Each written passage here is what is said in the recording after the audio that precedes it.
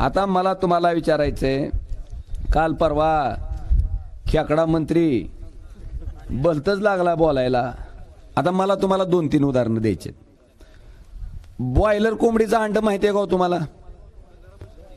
माहिती आहे का? त्याला बाप असते का हो? अरे विचारायला सांगा की. तुमचं जरशा गाईचं वासरू, त्याला बाप असते का हो? असते का?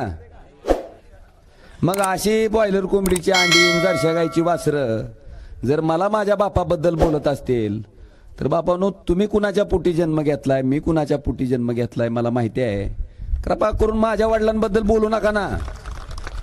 बरं, त्यांचं म्हणणं असं आहे की माझ्या वडिलाच्या हत्येचं राजकारण ओमराजे करतो. अरे राजेसाहेब जिवंत असते तर हा ओमराजे बघायला बी भेटला नसता ना. कशाला माझं इंजिनिअरिंग करून मी काम केलं असतं ना. मी आलो कुणामुळं?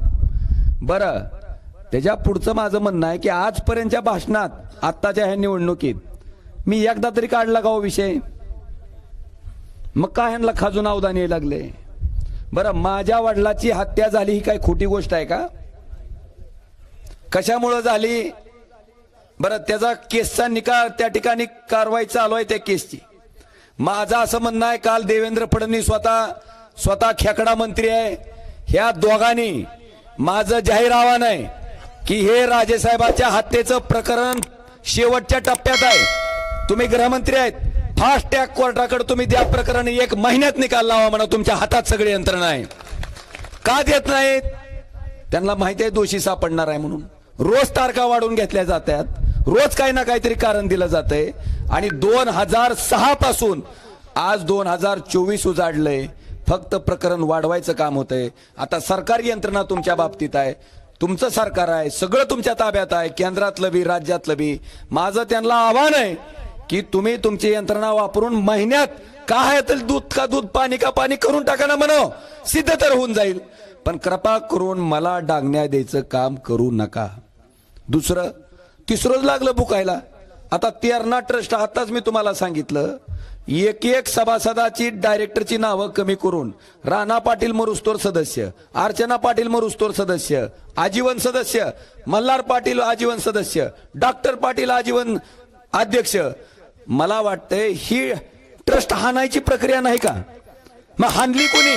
ह्या ट्रस्टच्या बाबतीत कैलासवासी पवनराजे निंबाळकर साहेबांनी कोर्टात प्रकरण दाखल केलं होतं.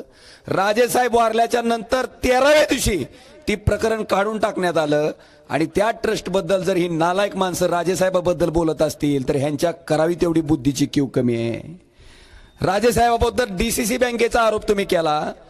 नागपूर उच्च न्यायालयाचा निकाल ऐका, त्याच्यात राजेसाहेबांच्या बाबतीत क्लीन चिट दिले, स्पष्ट सांगितलंय की उस्मानाबाद डीसीसी बँकेचा ह्याच्यात कसल्याही प्रकारचा दोष नाही. आणि हे सगळेच्या सगळे पैसे नागपूर डीसीसी बँकेनं परत कुणाला द्यावे? मग ह्या निचाड माणसाला मला विचारायचंय की राजेसाहेबाच्या नावानं तुम्ही कशामुळे आज ते हयात नसताना बोलताय?